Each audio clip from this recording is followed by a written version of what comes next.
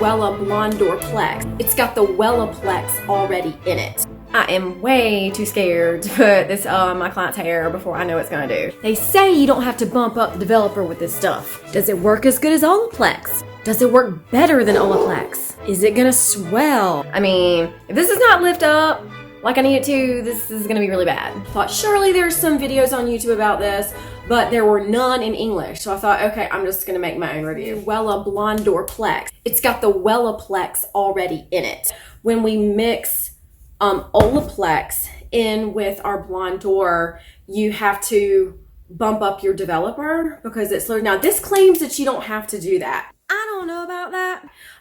So I'm gonna test it out. So what I'm gonna do is I'm gonna do 3 test strands, and I'm gonna do one with just plain Blondor. I'm gonna do another one with Blondor and Olaplex mixed in, and then I'm gonna do the third with BlondorPlex. Do all of them with 40 volume. I'm not gonna add any other additives to it, and I'm not gonna add any heat. So I'm just gonna see what happens with all that. We're gonna see.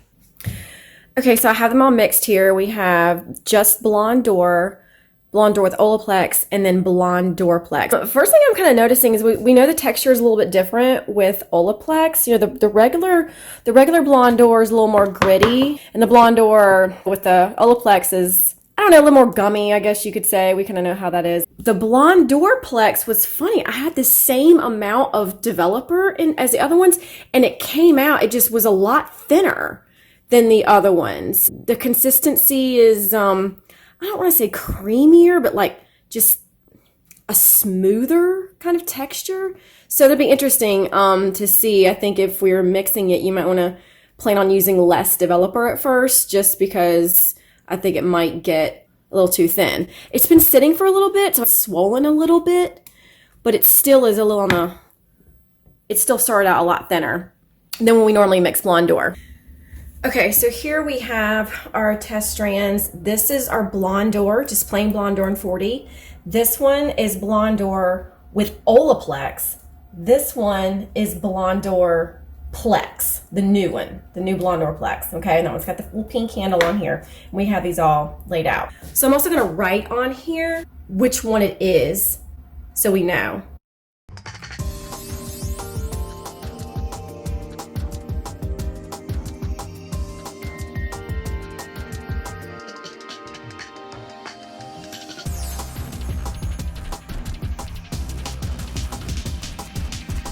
I will say, this one it goes on so smooth and nice and easy. It's actually really nice to work with.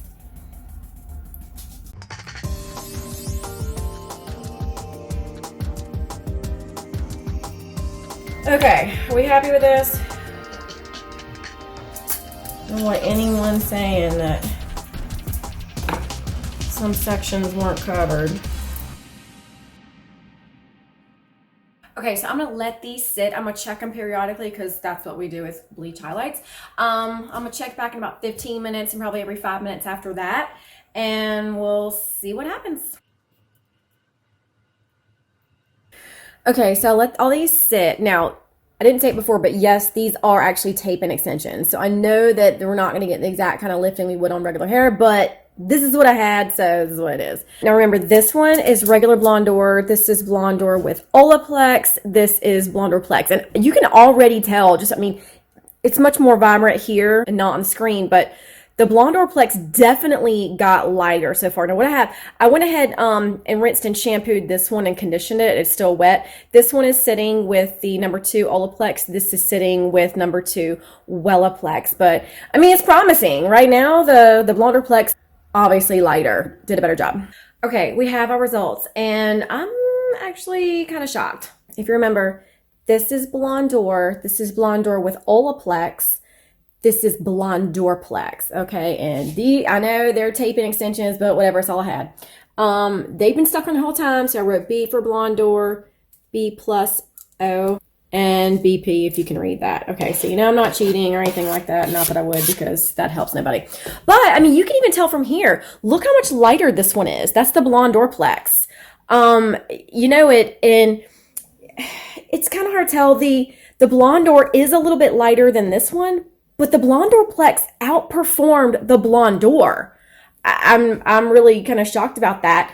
And I really thought that this one was going to be the lightest one ever. But we also noticed, you see how like I kind of smoothed them out. It's kind of hard to do it with just one, but what I could see is, you see the ends here with just the Blondor, they kind of got a little frazzled. It was actually harder to dry this one. It didn't really want to, you know how hair that's a little bit more compromised, it just doesn't really dry as easy. That's why I noticed with this one, and the ends didn't really get that smooth. These two have, you know, this is Olaplex and BlondorPlex. These two definitely got smoother ends. And when you feel it down, they just, it's a better, you can tell it's in better shape. Definitely in better shape. Let's see if I can kind of zoom in. You see, look how kind of frazzled they are and the difference. So while this is a little bit lighter, I'm just really shocked. So the verdict is that the BlondorPlex, it really does do a good job. It does what it says. You don't have to bump up the volume because it did better than regular Blondor. It smoothed out and protected the hair just as good as the Blondor mixed with Olaplex, and BlondorPlex is clearly the winner. So I can't wait to try this on my clients. It felt really good and smooth using it. So I'm just pretty shocked and excited, and I can't wait to try it out on some of my clients. So hope that helps.